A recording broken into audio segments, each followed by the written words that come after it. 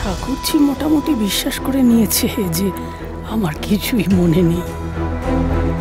ঠাকুরজির বিশ্বাসটা পুরোপুরি জিততে হবে।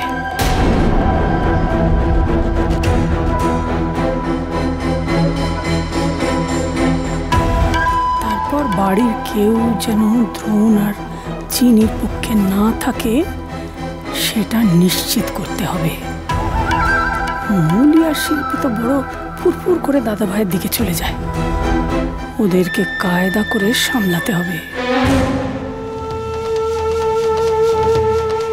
অন্তরা এখনো যেন আমাকে পুরোপুরি বিশ্বাস করতে পারছে না। ওর বিশ্বাস জেতাটাই সব থেকে কঠিন। কি হলো? এসো, কলঘর ওদিকে তো, চলো।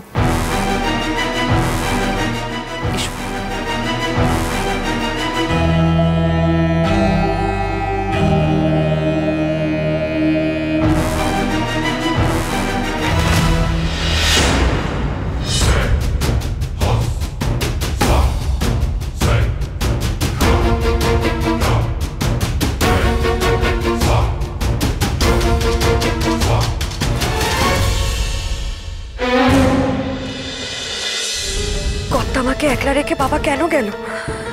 পরপর এত কিছু ঘটে গেল যে আমার মাথা থেকেই সেটা বেরিয়ে গেছে। না না না, আমাকে এক্ষুনি বাবাকে জিজ্ঞেস করতে হবে, জানতে হবে বাবা কেন বাইরে গেছিল। বাবাকে কি কেউ ঘর থেকে চলে যেতে বলেছিল? আমাকে এক্ষুনি জানতে হবে। চিনি, দাঁড়াও দাঁড়াও, একটা মিনিট স্থির হয়ে দাঁড়াও আমার কাছে। এই অস্থিরতা কমাও। তুমি ছটফট করলে কিন্তু আমি তোমাকে ছাড়বো না। কেন বুঝতে পারছেন না আপনি ছোট মালিক? আমি সব বুঝতে পারছি, বাট তুমি একটু বোঝো। আমার দিকে তাকাও। এসো, এইটা যাও, ভয় নেই, আমি বাইরেই আছি।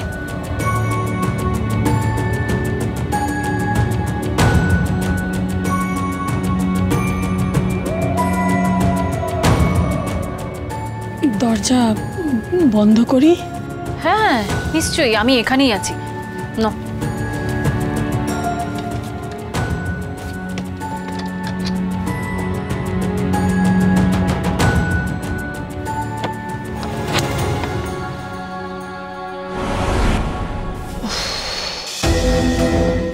বাবা, সারাক্ষণ এই অভিনয় করে যাওয়া কি ঝামেলার।